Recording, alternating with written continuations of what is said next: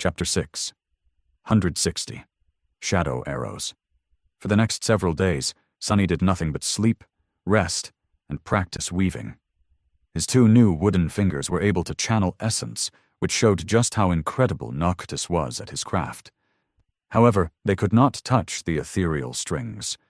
It seemed that only Sunny's own flesh and bone were capable of that. He was already accustomed to manipulating the shadow strings without those fingers, though, so the task had not grown much harder. There was also the long needle that shone with faint golden radiance to help him move along. In those several days, Sunny made a bit of progress in his attempts to copy the simplest of enchantments. He also successfully destroyed several more memories, which really stung his newly repaired hearts. Ah, curses. Sunny stared at the rain of disappearing sparks that had been an enchanted buckler just a few moments ago, and sighed. Another failure, another lost memory. He was going through his collection of them way too fast. At that point, he was starting to wonder if there was a better use for it. Saint's shadow fragment counter was still at 59/200, and now he had another shadow to feed. Nightmare also demanded his fair share of resources to reach the next rank, and his appetite was even steeper. Currently, the Dark Courser was at 1/300, and that single fragment came from a memory Sunny had fed him to check if the horse also consumed them. The only silver lining was that Nightmare was still of the awakened rank, and as such gained more sustenance from weaker memories. Getting him to 300 was going to require about the same amount as what Saint needed to get to 2. That was another reason why Sunny wanted to master at least the very foundation of weaving. If he could create even the simplest memories himself, he would effectively gain the ability to convert soul shards into shadow fragments as far as Saint and Nightmare were concerned. Probably. He already knew enough to try, actually, and only lacked a few shards to experiment. However, the ability to copy and modify enchantments seemed even more alluring. Just imagining the utility of such a skill made him tremble with excitement. But enough was enough. He could not endure the heartbreaking sorrow of losing another memory today. With each of them he destroyed, Sunny could practically see potential credits disappearing from his theoretical bank account. Shaking his head dejectedly, he returned the needle into the maw of the covetous coffer, dismissed the little box, and headed toward the door of his room. It was time for some fresh air. Finding his way to the familiar corner of the garden, Sunny noticed the motionless figure of the bandaged cripple and ignored him, then sat down on the grass some distance away.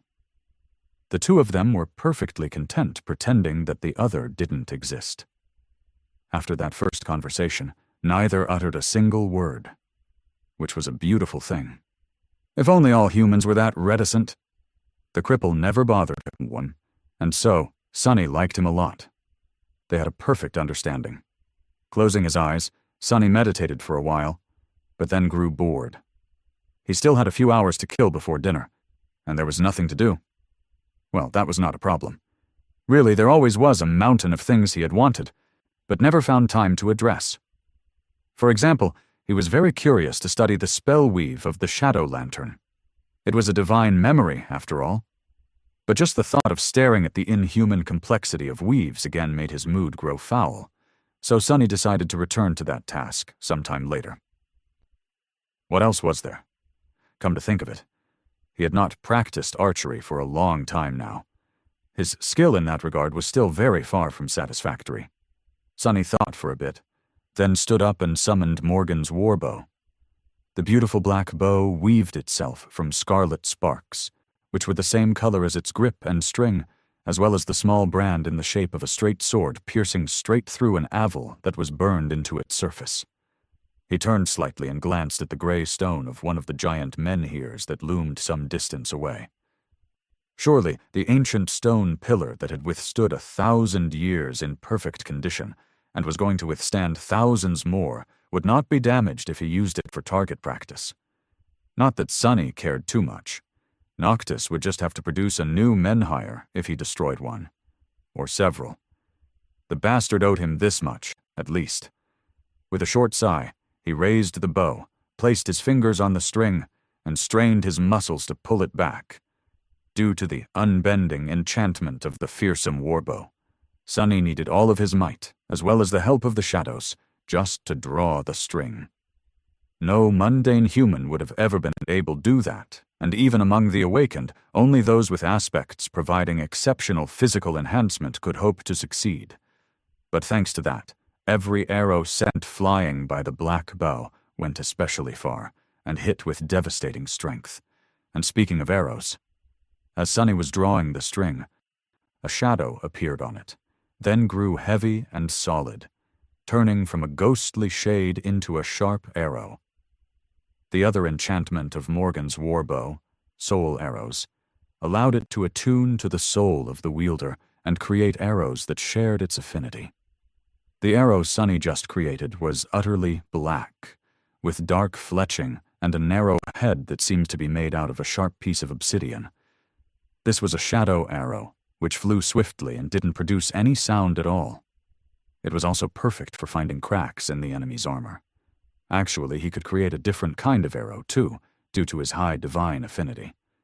Those arrows were lustrous and seemed to be forged out of pale gold, their broadheads perfect for slicing flesh and causing terrible wounds. There was probably another quality to them, but Sonny had yet to figure it out. In any case, that didn't matter right now. Bringing the string to his ear with some effort, Sonny struggled to hold it in place, then closed one eye, took aim, and jerked his fingers away from the arrow. The string hit the inner side of Sonny's forearm, and the black arrow shot forward with incredible speed. Attracted by the sound, the cripple turned his head and stared at Sonny from beneath his dirty bandages. A moment later, the arrow hit the giant menhir, completely off the mark. He had aimed at a tiny crack on the surface of the ancient stone, but had not managed to strike anywhere near it. Looking down at his forearm, which now had a deep cut, Sonny clicked his tongue and let out a dissatisfied growl. Then, he wrapped his arm with a piece of cloth, summoned a second arrow, and repeated the process, this time almost managing to miss the menhir completely. Damnation! It seemed that his accuracy had only reduced in the past months. How had he even managed to grow worse? You're doing it all wrong. Sonny remained motionless for a few moments, then turned around and stared at the cripple without any amusement in his frightening black eyes. Perhaps he was hasty to commend the man for his quiet and reticent nature. Who wanted to hear that hideously grating voice anyway? Producing the emerald amulet, Sonny thought with some irritation. Oh yeah? What, you are an archery expert now? The cripple remained silent for a while, then turned away. I used to be a captain in the Sun Legion. Before. He sighed, and then smiled a little. I led 100 brave warriors into battle, for the glory of Lord Severax and the Ivory City. The cripple grew silent, and then added quietly. Before. Sonny stared at the bandages that covered the man's burned body, then glanced at his soul, which was illuminated by a radiant core of an awakened. So this guy used to be an officer serving one of the Sun Immortals? He hesitated for a moment, then asked, How'd you end up this messed up then? Where do all these burn scars come from? Did the warmongers catch you? The cripple stared into the distance for some time, then slowly shook his head. You have plenty of scars yourself, demon. Some as terrible as mine. That wicked one around your neck. Where did it come from? Sonny looked down at the crestfallen man, then grinned. What, that thing? Funny you should ask. You see, I did actually got captured by the warmongers once. So, to escape, I tricked the biggest and meanest of them into cutting my head off. Then I killed him, picked it up, and put it back on. True story. He grew silent for a while, and then added nonchalantly. Oh, and I killed Solvane, too. You know who that is, right? The cripple stared at him with wide eyes, shock, awe, and confusion mixing in them in equal measure. Sonny just wanted to mock the guy a little, but the poor fool seemed to have actually believed him. What an idiot! Actually, something about the cripple's eyes seemed strangely familiar, at least in that moment.